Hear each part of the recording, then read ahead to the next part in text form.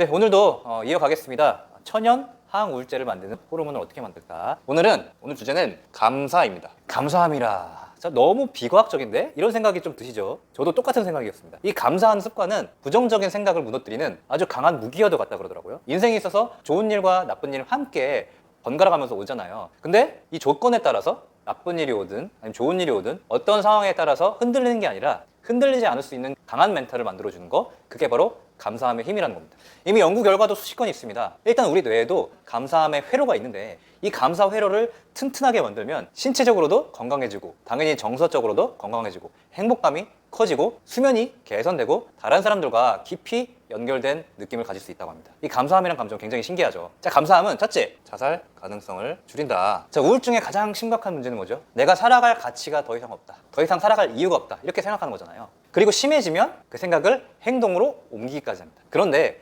감사는 실제로 자살할 가능성을 굉장히 낮춘다는 연구 결과가 발표가 되었죠. 신기한 점은 삶의 막바지, 절망의 끝까지 올라온 사람도 갑자기 감사함을 느낀 순간 큰 효과를 발휘했다는 거예요. 모든 것이 암울하고 무의미해 보일 때 아주 사소한 거라도 좋으니까 감사한 마음을 느낄 수 있다면 굉장히 큰 변화를 가져올 수 있습니다. 자, 감정 조절 팁! 오늘의 과제입니다. 오늘 과제고요. 이게 뭐냐면 감사 편지를 자세하게 작성해 보는 건데요. 친구도 좋고 여자친구나 남자친구도 좋고 가족도 좋고 누구든 좋습니다. 유난히 나한테 친절했던 사람이 있잖아요. 근데 내가 평소에 보답을 잘 못했거나 감사함을 표현하지 못했던 사람이 있을 거예요. 그분한테 편지를 한번 써보는 거예요. 그 다음에 커피 한잔 하자, 차 한잔 마시자라는 약속을 잡는 겁니다. 그렇게 만나서 직접 편지를 한번 전해줘 보세요. 이런 식으로 감사함을 표현하면 사소하지만 엄청 큰 효과를 볼 수 있습니다. 감사함 두 번째는 불안감을 줄여줍니다. 자, 걱정과 불안은 모두 무언가 나쁜 일이 생길 수 있다는 가능성에서 시작을 하잖아요. 근데 미래에 일어날 수 있는 어떤 일에 감사할 수 있는 마음을 가지면 부정적인 감정을 밀어낼 수 있고 감사함이 그 자리를 대신 차지를 한다고 해요. 그리고 세 번째, 감사는 건강한 몸과 마음을 만든다. 자, 감사는 건강한 몸과 마음을 만든다고 해요. 스위스의 한 연구팀은 1,000명 대상으로 설문조사를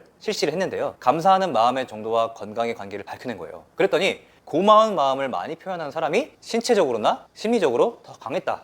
이렇게 연구 결과가 나온 거죠. 자, 네 번째, 사회적으로 연결되어 있다고 느낀다. 당연히 주위 사람들이 당신을 좋아하고 사회적으로 지지받을 수 있는 확률이 높아집니다. 여러분 주위에 보면은 불평하거나 남 탓하거나 이런 사람들을 좀 좋아하게 되나요? 아니면 감사하는 사람, 작은 것에도 소중하게 여길 수 있는 사람을 좋아하게 되나요? 당연히 후자가 더 매력적이고 우리가 도와주고 싶은 마음이 커지잖아요. 감사함은 전반적으로 사람의 삶의 질을 높이고 긍정적인 생각을 할 수 있도록 만들어주고 운동을 더 할 수 있도록 도와줍니다. 자, 그렇다면 이 원리는 뭘까요? 감사가 우울증과 불안증을 감소시키는 원리, 뇌와 감사의 관계를 연구한 결과가 많지는 않지만 있긴 있더라고요, 신기하게. 자, 첫 번째, 감사와 뇌의 원리, 도파민 회로 활동 증가. 자, 감사는 도파민 회로의 활동을 개선합니다. 감사의 혜택은 제일 먼저 도파민계에서 시작이 되고요. 고마움을 느끼면 도파민을 생성하는 뇌간 영역이 활성화된대요. 신기하죠? 두 번째, 세로토닌 증가. 자, 걱정과 불안을 개선할 수 있는 아주 중요한 호르몬 세로토닌, 우리가 계속 배웠죠. 참 신기하죠. 감사해야 될 것들을 생각을 하면 긍정적인 측면에 초점을 맞출 수밖에 없잖아요. 이 단순한 행동이 세로토닌 생성을 늘린다는 거예요. 세 번째, 감사는 수면의 질을 높여준다. 자, 감사가 수면의 질을 높여준다? 좀 궁금하죠? 수면이 얼마나 중요한지는 제가 지난번에 배웠죠. 캐나다의 한 연구에서는 불면증이 있는 대학생들한테 일주일간 매일 감사일기를 쓰도록 한 거예요. 이 단순한 개입으로 수면이 개선되고 신체적인 문제가 줄어들고 걱정을 덜 하게 된 거죠. 만성 통증이 있는 사람들도 감사일기를 쓰자 수면이 개선되고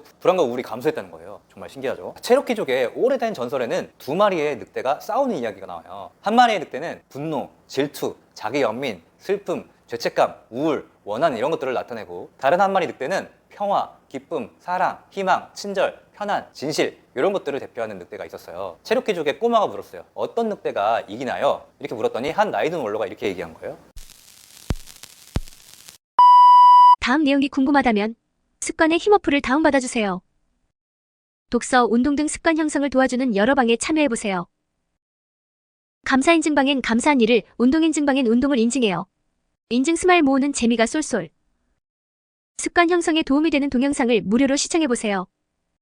오늘 두 번째 시간입니다. 나는 과연 무기력증에 걸린 것일까? 이 질문 한번 알아볼게요.